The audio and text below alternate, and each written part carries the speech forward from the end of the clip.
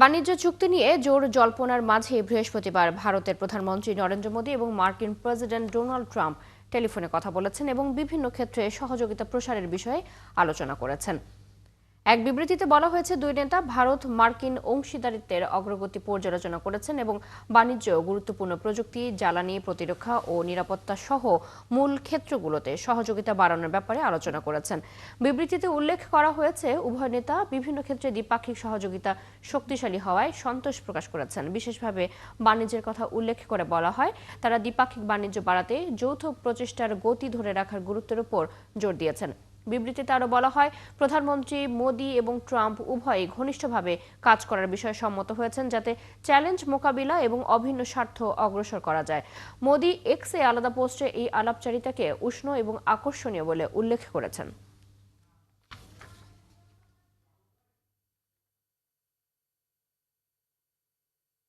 যুক্তরাষ্ট্রের জন্মসূত্রে নাগরিকত্ব নিয়ে বহুদিন ধরে বিতর্ক চলছে। চলতি বছর জানুয়ারিতে এই নাগরিকত্ব বাতিলের একটি নির্বাহী আদেশে স্বাক্ষর করেন মার্কিন প্রেসিডেন্ট ডোনাল্ড ট্রাম্প। আর এই মাসে বিতর্কটি নিয়ে পূর্ণাঙ্গ শুনানির আদেশ দেন দেশটির সুপ্রিম কোর্ট। এদিকে সম্প্রতি ট্রাম্প মন্তব্য করেছেন, জন্মসূত্রে নাগরিকত্বের সুযোগ দেওয়া হয়েছিল দাসদের শিশুদের জন্য, ধনীদের শিশুদের জন্য নয়। বিস্তারিত শারমিন স্বপ্নার রিপোর্টে। যুক্তরাষ্ট্রের সংবিধানের 14তম সংশোধনী অনুযায়ী যুক্তরাষ্ট্রে জন্মগ্রহণকারী যে কাউকে নাগরিক হিসেবে বিবেচনা করা হয়। 1952 সালের ইমিগ্রেশন অ্যান্ড ন্যাশনালিটি অ্যাক্টেও একই ধরনের সংজ্ঞা দেওয়া হয়েছে। কিন্তু জন্মসূত্রে এই নাগরিকত্ব নিয়ে যুক্তরাষ্ট্রে বহুদিন ধরেই চলছে নানা বিতর্ক। এবছরের জানুয়ারিতে ট্রাম্প একটি নির্বাহী আদেশে যুক্তরাষ্ট্রে জন্ম নেয়া সেই সব শিশুদের নাগরিকত্বের স্বীকৃতি বাতিল করেন, যাদের বাবা মা অবৈধভাবে যুক্তরাষ্ট্রে অবস্থান করছেন অথবা সাময়িক ভ্রমণে এসেছেন। তবে দীর্ঘদিনের এই নীতিগত পরিবর্তন আদালতে চ্যালেঞ্জের মুখোমুখি হলে কয়েকটি ফেডারেল আদালত তা সাময়িকভাবে স্থগিত করে। পরে চলতি বছরের জুনে সুপ্রিম কোর্ট রায় দেয়, ফেডারেল জেলা আদালতগুলো দেশব্যাপী বা সার্বিক নিষেধাজ্ঞা জারি করার ক্ষমতা রাখে না। এরপর চলতি মাসের 5 তারিখে সুপ্রিম কোর্ট সরাসরি আপিল গ্রহণ করে পুরো বিতর্ক নিয়ে শুনানির সিদ্ধান্ত নেন। এদিকে সুপ্রিম কোর্টের এই সিদ্ধান্তের পর ট্রাম্প মন্তব্য করেন, যুক্তরাষ্ট্রের জন্মসূত্রে নাগরিকত্ব প্রাপ্তির সাংবিধানিক বিধানটি মূলত দাসপ্রথার শিকার মানুষের শিশুদের জন্য তৈরি হয়েছিল, ধনী বিদেশিদের পুরো পরিবারকে নাগরিক বানানোর উপায় হিসেবে নয়। ট্রাম্প তার নির্বাহী আদেশের পক্ষে যুক্তি তুলে ধরে বলেন, সুপ্রিম কোর্টে এই মামলা হারলে তা হবে ধ্বংসাত্মক। ট্রাম্পের অভিযোগ, অনেক বিদেশি নারী যুক্তরাষ্ট্রে শুধু সন্তান জন্ম দিতে আসেন যাতে শিশুটি নাগরিকত্ব পায় ও পরে পুরো পরিবার সেই সুবিধা নিতে পারে। মার্কিন হোমল্যান্ড সিকিউরিটির হিসাব অনুযায়ী 2022 সালের জানুয়ারিতে যুক্তরাষ্ট্রে অবৈধভাবে বসবাসকারী অভিবাসীর সংখ্যা ছিল প্রায় 1,10,00,000। বিশ্লেষকদের কেউ কেউ বলছেন, এই সংখ্যা এখন আরও বেড়ে 1,30,00,000 থেকে 1,40,00,000 হতে পারে। শারমিন স্বপ্না, 71। নোবেল শান্তি পুরস্কার জয়ী মারিয়া করিনা মাচাদো অঙ্গীকার করেছেন, ভেনেজুয়েলার স্বৈরশাসন শেষ করতে দেশে ফেরার সর্বোচ্চ চেষ্টা করবেন তিনি। প্রায় 1 বছর আড়ালে থাকার পর বৃহস্পতিবার নরওয়ের অসলোতে প্রকাশ্যে এসে তিনি একথা বলেন। তার দাবি, ভেনেজুয়েলার মানুষও শিগগিরই দেশে ফিরতে পারবেন, এমনই আশার আলো দেখা যাচ্ছে। বৃহস্পতিবার সকালে নরওয়ের রাজধানী অসলোতে পৌঁছান বিরোধী দলীয় নেতা মাচাদো। নির্ধারিত সময়ের কয়েক ঘন্টা পরে পৌঁছানোর কারণে তিনি মূল পুরস্কার বিতরণী অনুষ্ঠানে অংশ নিতে পারেননি, তবে তার জন্য আলাদা কয়েকটি অনুষ্ঠানের আয়োজন করা হয়। অসলোতে সংবাদ সম্মেলনে মাচাদো বলেন, যুক্তরাষ্ট্রের সহায়তায় তিনি নরওয়েতে আসতে পেরেছেন। তিনি বিশ্বের গণতান্ত্রিক দেশগুলোকে আহ্বান জানান ভেনেজুয়েলার মানুষকে সহায়তা করতে এবং এমন সব অর্থের প্রবাহ বন্ধ করতে যা সরকারের দমন পীড়নের কাঠামোকে টিকিয়ে রাখছে।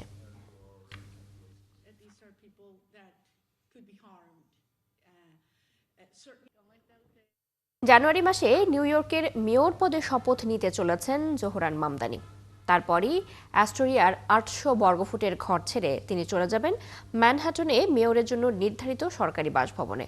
ম্যানহাটনের আপার ইস্ট সাইডে অবস্থিত ঐতিহাসিক প্রাসাদের নাম গ্রেসি ম্যানশন। 1799 সালে গ্রেসি ম্যানশন তৈরি করা হয়। 1942 সাল থেকে এটি নিউ ইয়র্কের মেয়রের সরকারি বাসভবন হিসেবে ব্যবহৃত হয়ে আসছে। বিস্তারিত মনিরুজ্জামান বাবুর রিপোর্টে। গ্রেসি ম্যানশন যুক্তরাষ্ট্রের নিউ ইয়র্ক নগরের একটি বাড়ি।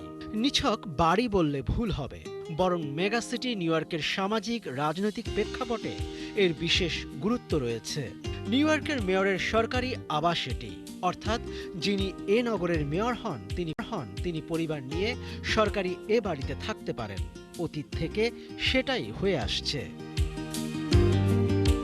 এরই মধ্যে ইতিহাস গড়ে নিউ ইয়র্কের মেয়র নির্বাচিত হয়েছেন জোহরান মামদানি। ৩৪ বছরের এই তরুণ রাজনীতিক আগামী জানুয়ারিতে শপথ নেবেন। এরপর স্ত্রী রমা দুয়াজিকে সঙ্গে নিয়ে গ্রেসি ম্যানশনে উঠতে চান তিনি। বর্তমানে এই দম্পতি কুইন্সের একটি ভাড়া করা ছোট্ট ফ্ল্যাটে বসবাস করছেন। ম্যানহাটনের আপার ইস্ট সাইডে অবস্থিত গ্রেসি ম্যানশন। 10,000 বর্গফুটেরও বেশি আয়তনের এই প্রাসাদটির দাম প্রায় 100 মিলিয়ন মার্কিন ডলার।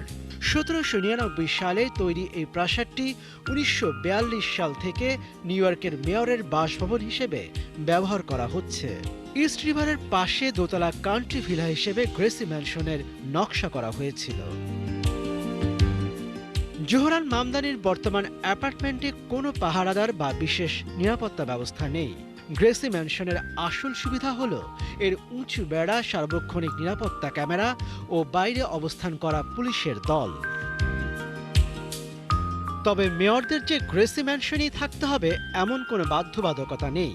তাছাড়া নির্বাচন পর্বে মামদানির প্রচারের কেন্দ্রে ছিল সাশ্রয়ী মূল্যে স্থায়ী আবাসন। তাই মামদানি গ্রেসি ম্যানশনে উঠবেন নাকি থেকে যাবেন নিজের ছোট্ট আবাসনেই, তা নিয়ে বিস্তর জল্পনা শুরু হয়েছিল রাজনৈতিক মহলে। বর্তমান বাসস্থান নিয়েও অতীতে একাধিকবার আক্রমণের মুখে পড়েছেন মামদানি। অ্যাস্টোরিয়ায় এক কামরার অ্যাপার্টমেন্টের জন্য মাসে প্রায় 2,300 মার্কিন ডলার গুনতে হয় তাকে। তা সত্ত্বেও সরকারি ভর্তুকিযুক্ত আবাসনে বসবাস করার জন্য বারবার সমালোচনার মুখে পড়তে হয়েছে তাকে। জোহরান মামদানি বলেছেন, দুটি উদ্দেশ্য সামনে রেখে গ্রেসি ম্যানশনে যাওয়ার সিদ্ধান্ত নিয়েছেন তিনি। একটি হলো পরিবারের সুরক্ষা, আর দ্বিতীয়টি নিউ ইয়র্কবাসীর জন্য সাশ্রয়ী জীবনযাপন কর্মসূচি বাস্তবায়নের কাজে পুরোপুরি মনোনিবেশ করা। মনিরুজ্জামান বাবু, ৭১। বলিভিয়ার সাবেক প্রেসিডেন্ট লুইস আর্সে দুর্নীতির একটি মামলায় গ্রেপ্তার হয়েছেন। এক মাস আগে রক্ষণশীল নেতা রদ্রিগো পাজ দেশটিতে ক্ষমতায় আসেন, এরপরই তাকে গ্রেপ্তার করা হলো। কর্মকর্তারা জানান, আর্সের বিরুদ্ধে দায়িত্ব অবহেলা এবং আর্থিক অনিয়মের অভিযোগ আনা হয়েছে। অভিযোগ অনুযায়ী সাবেক প্রেসিডেন্ট ইভো মোরালেসের আমলে অর্থমন্ত্রী হিসেবে দায়িত্ব পালনকালে তিনি সরকারি তহবিল আত্মসাৎ করেছেন। দুর্নীতি দমন পুলিশের বিশেষ ইউনিট নিশ্চিত করেছে যে তিনি বর্তমানে লাপাসে তাদের সদর দপ্তরে হেফাজতে রয়েছেন। তবে আর্সের সমর্থকরা তার গ্রেপ্তারকে রাজনৈতিক উদ্দেশ্য প্রণোদিত বলে দাবি করেছেন। সাবেক মন্ত্রী মারিয়া লেনা প্রাদা বলেন, কোনো পূর্ব সতর্কতা ছাড়াই তাকে রাস্তা থেকে তুলে নেওয়া হয়েছে, এটি ক্ষমতার অপব্যবহার।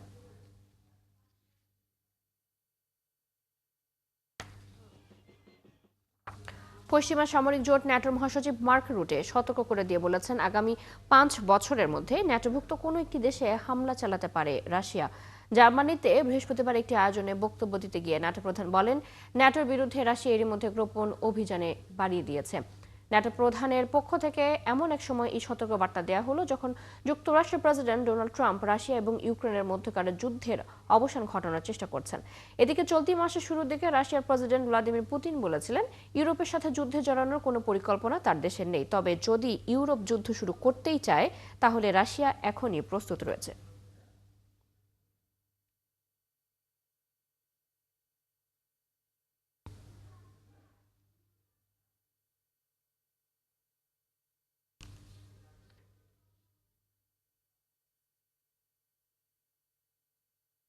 দেশজুড়ে দুর্নীতি বিরোধী ব্যাপক বিক্ষোভের মুখে অবশেষে পদত্যাগের ঘোষণা দিয়েছে বুলগেরিয়ার সরকার।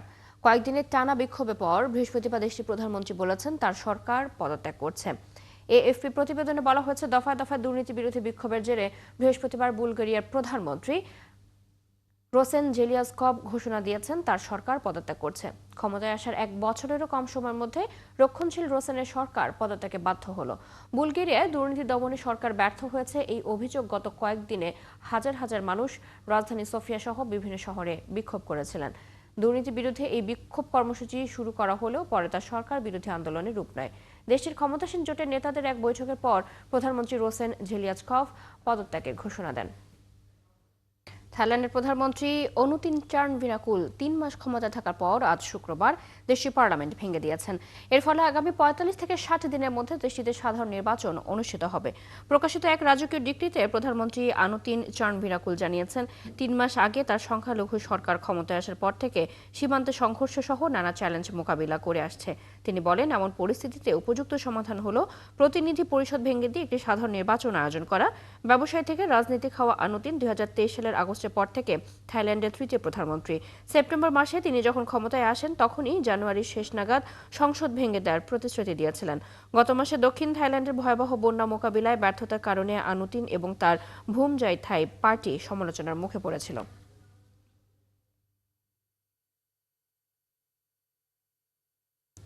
উত্তর জাপানের উপকূলে ৬.৭ মাত্রা ভূমিকম্প আঘাত এনেছে। এর পরপরই সুনামি সতর্কতা জারি করেছে দেশটির আবহাওয়া দপ্তর জেএমএ জানিয়েছে, আওমোরি প্রিফেকচারের উপকূলে ২০ কিলোমিটার গভীরতায় ভূমিকম্পটি আঘাত হানে। জাপানের আবহাওয়া সংস্থা উত্তর প্রশান্ত মহাসাগরীয় উপকূলে সর্বোচ্চ ১ মিটার উচ্চতার সুনামির ঢেউ আঘাত হানতে পারে বলে সতর্ক করেছে। উপকূলবর্তী বিভিন্ন এলাকা থেকে ৬,০০০-এর বেশি মানুষকে সরিয়ে নেওয়া হয়েছে। এর আগে সোমবার রাতে একই এলাকায় ৭.৫ মাত্রার আরও একটি ভূমিকম্প অন্তত ৫০ জন আহত হয়। জাপান প্রশান্ত মহাসাগরীয় রিং অফ ফায়ারে অবস্থিত হওয়ায় নিয়মিতভাবেই ভূমিকম্পের সম্মুখীন হয়।